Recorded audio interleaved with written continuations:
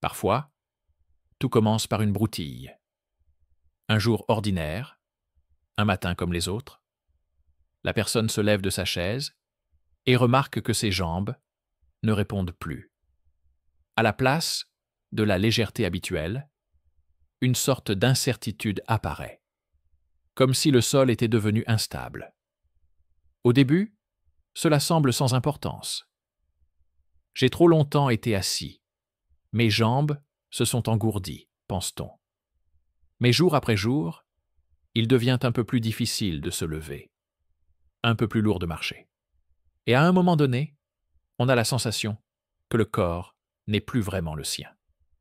Beaucoup appellent cela la vieillesse. Mais les médecins savent que l'âge n'est pas la cause, seulement le contexte. La véritable cause réside dans la manière de vivre. Des heures passées assis, le manque de sommeil, une alimentation déséquilibrée, l'habitude de se ménager en évitant tout effort, tout cela forme une chaîne qui déconnecte peu à peu les muscles de la vie.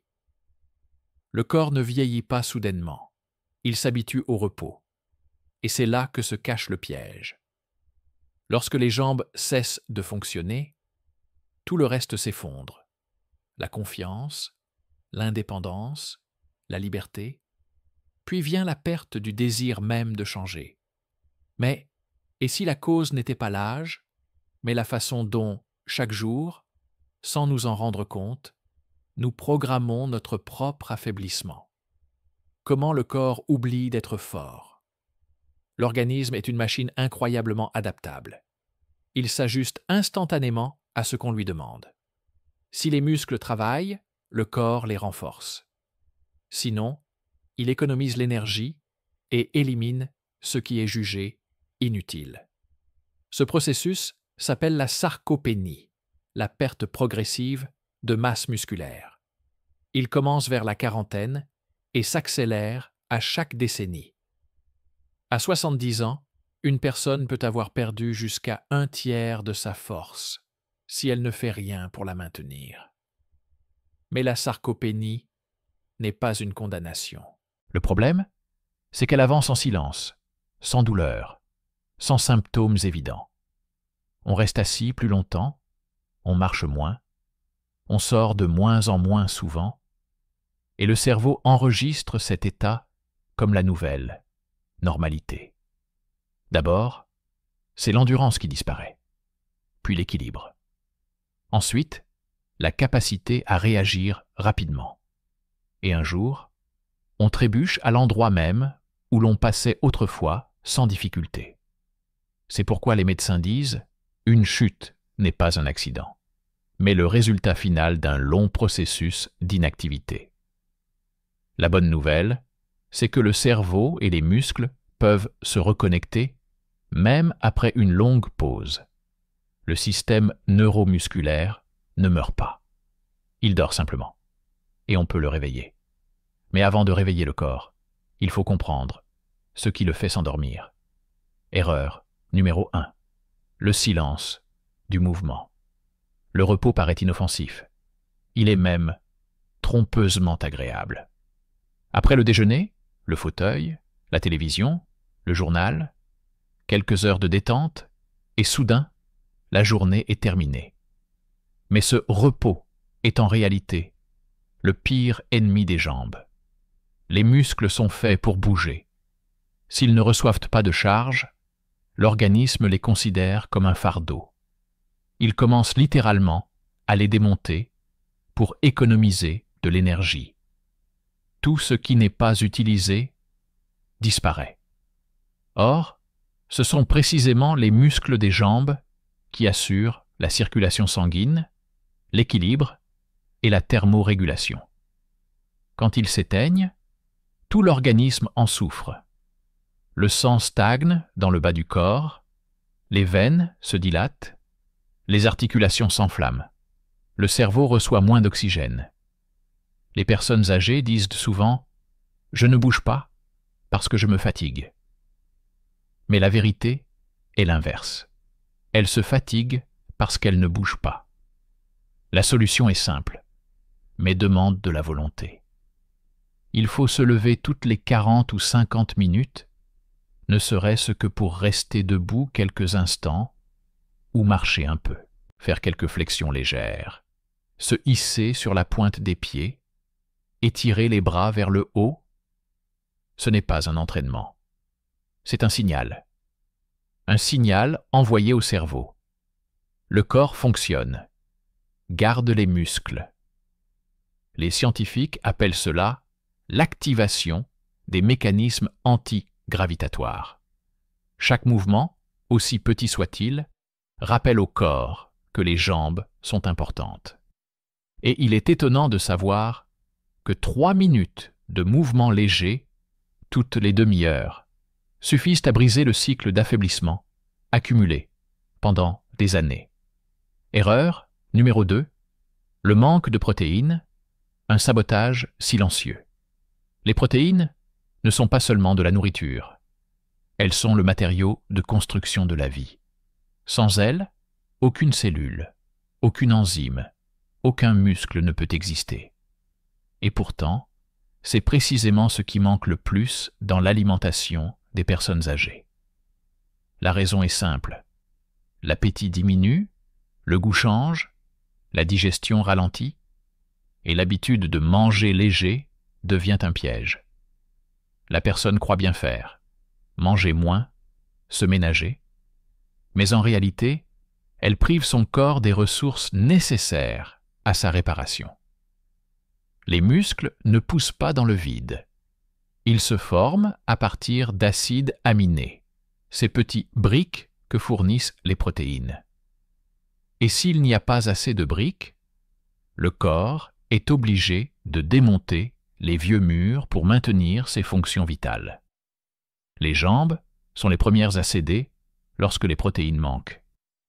La densité des tissus diminue, les tendons s'affaiblissent, l'équilibre se détériore. La solution est simple. Intégrer des protéines à chaque repas. Pas seulement au déjeuner, comme on le fait souvent, mais tout au long de la journée. Petit déjeuner, œufs et yaourt. Déjeuner, poisson ou poulet. Dîner, légumineuses ou fromage blanc. Ainsi, le corps reçoit un flux constant d'acides aminés pour la synthèse musculaire. Et un dernier secret. Le corps des personnes âgées reconnaît moins bien les protéines végétales, mais réagit très bien aux associations.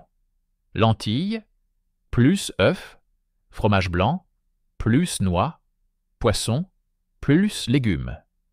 Quand le corps reçoit la matière dont il est fait, il ne vieillit pas, il se reconstruit, même après des décennies de silence.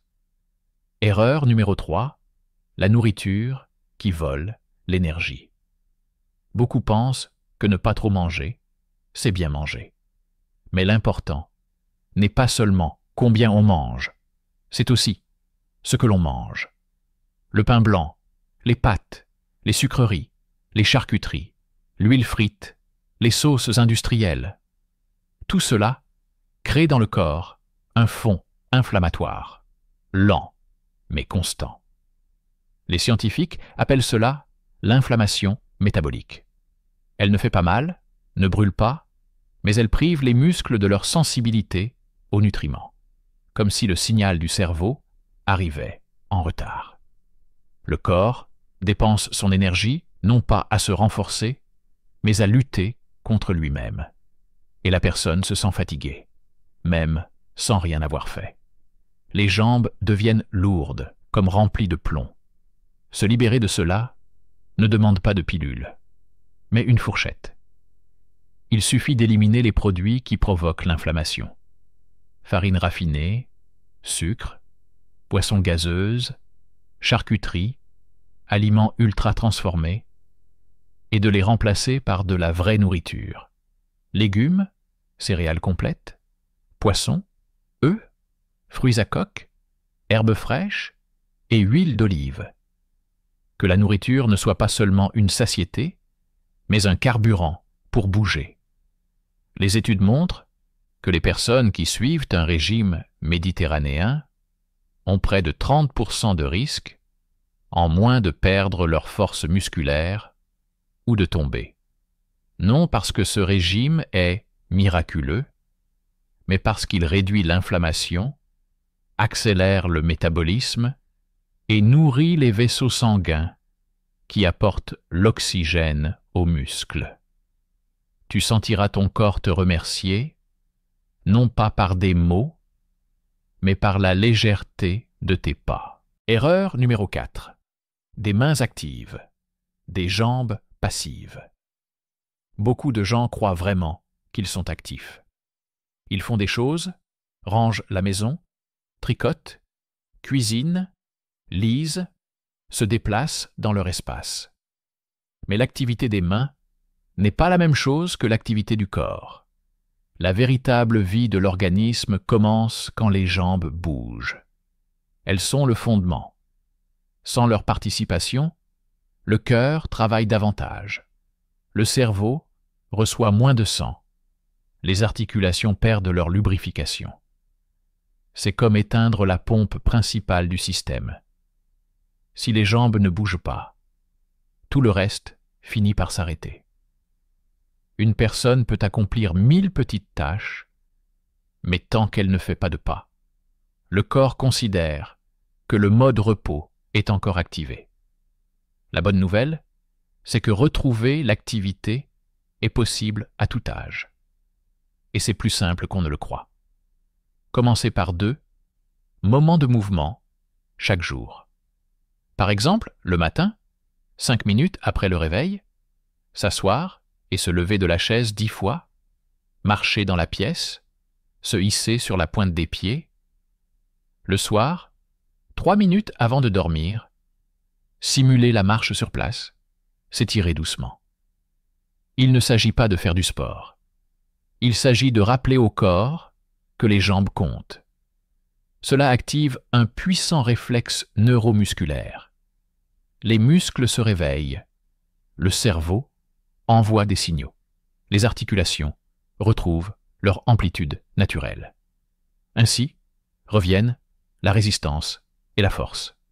Et même, si vous ne croyez pas au miracle, faites l'essai. Faites 100 pas, là où vous n'en faisiez que 10. Et le corps vous répondra par la vérité la plus simple. Il est encore vivant. Erreur numéro 5. Quand le corps perd son axe.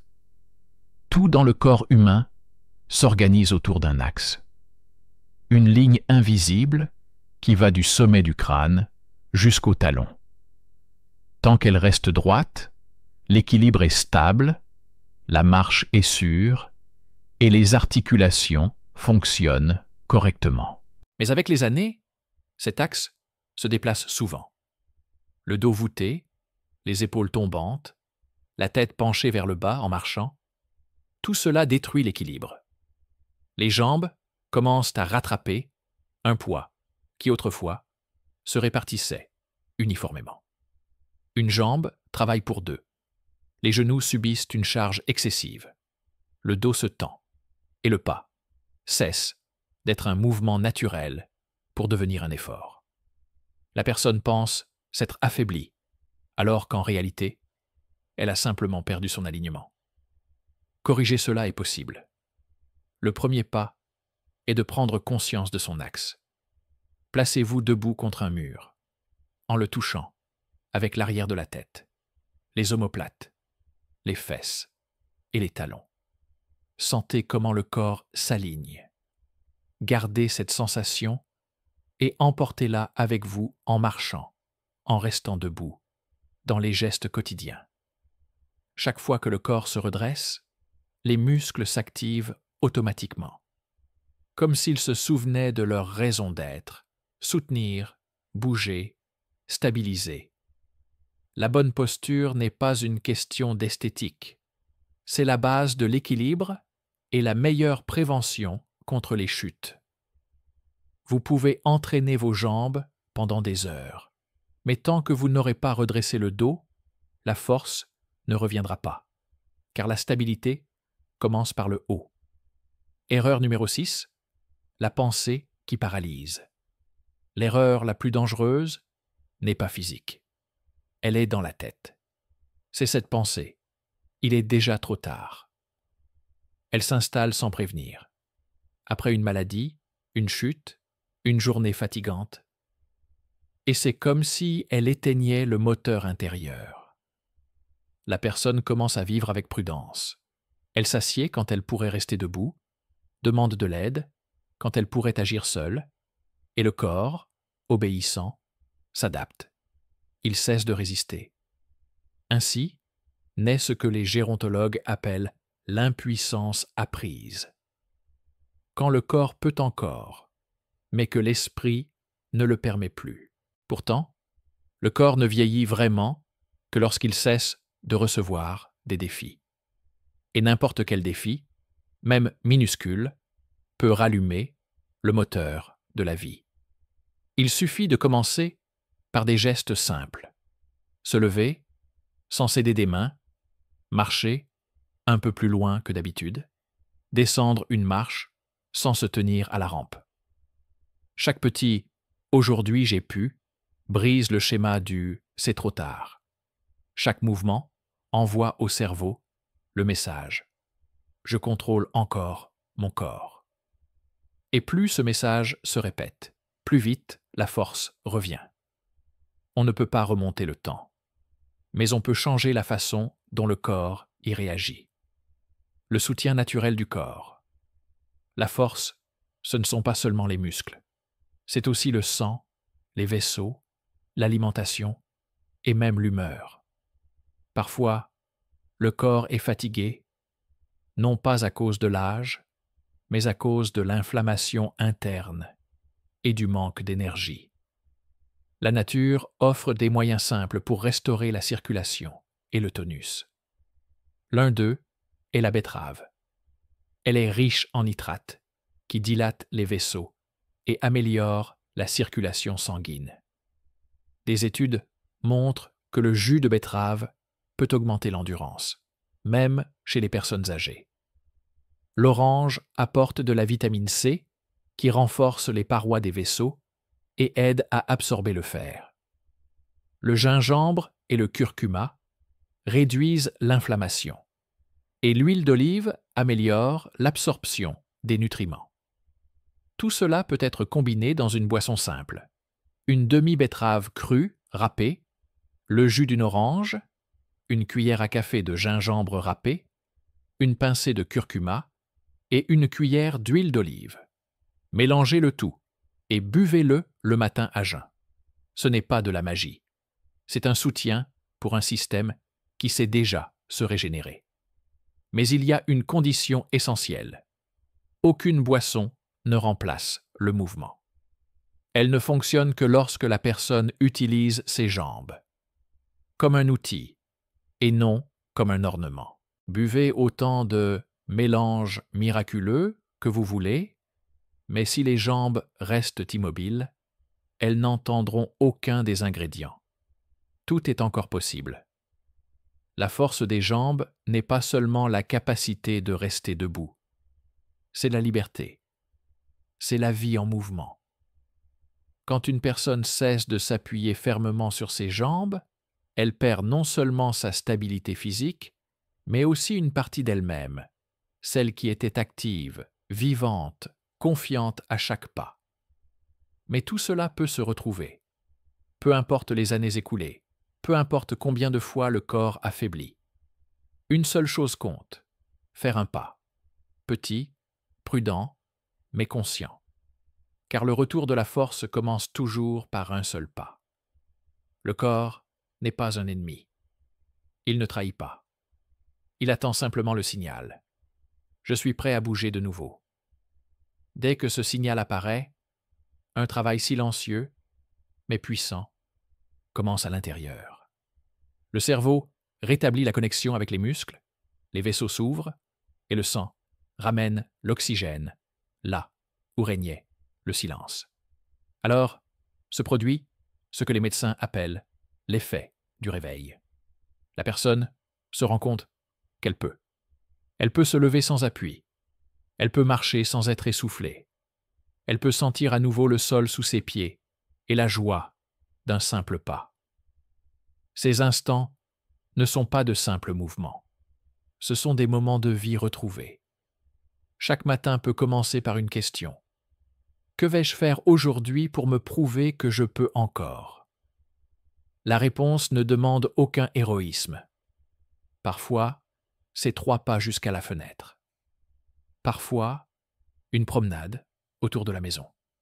Parfois, simplement la décision de ne pas rester assis toute la soirée. Chacun de ces pas est une brique avec laquelle se construit une nouvelle stabilité. On ne peut pas retrouver hier, mais on peut construire demain si aujourd'hui on décide de ne pas s'asseoir de nouveau. La longévité n'est pas dans les pilules, ni dans les compléments, ni dans les gènes. Elle est dans le mouvement. Le corps n'a pas été créé pour le repos. Il a besoin d'impulsion, de résistance, de rythme. Chaque battement de cœur, chaque respiration rappelle que la vie continue tant que le corps bouge. Les jambes ne sont pas qu'un appui. Elles sont le symbole de l'indépendance. Elles nous portent vers l'avant, nous permettent de choisir notre direction, d'affronter le monde debout, et non de lui tourner le dos. Que chaque jour ne commence pas par la peur de tomber, mais par la décision de se lever. Non pas avec la pensée « je vieillis », mais avec la phrase « je marche encore ». Et que ce pas ne soit pas seulement un mouvement, mais un pas vers soi-même. Si ce message a touché votre cœur, ne le remettez pas à plus tard. Faites un pas, petit, mais le vôtre, car la force ne disparaît pas avec l'âge. Elle disparaît quand on cesse d'avancer. Et vous pouvez encore avancer, encore tenir debout, encore vivre, en mouvement. Merci d'avoir lu jusqu'au bout. Mettez un j'aime, abonnez-vous à la chaîne et partagez cette vidéo avec ceux que vous aimez. Peut-être que cette connaissance leur sauvera un jour la vie.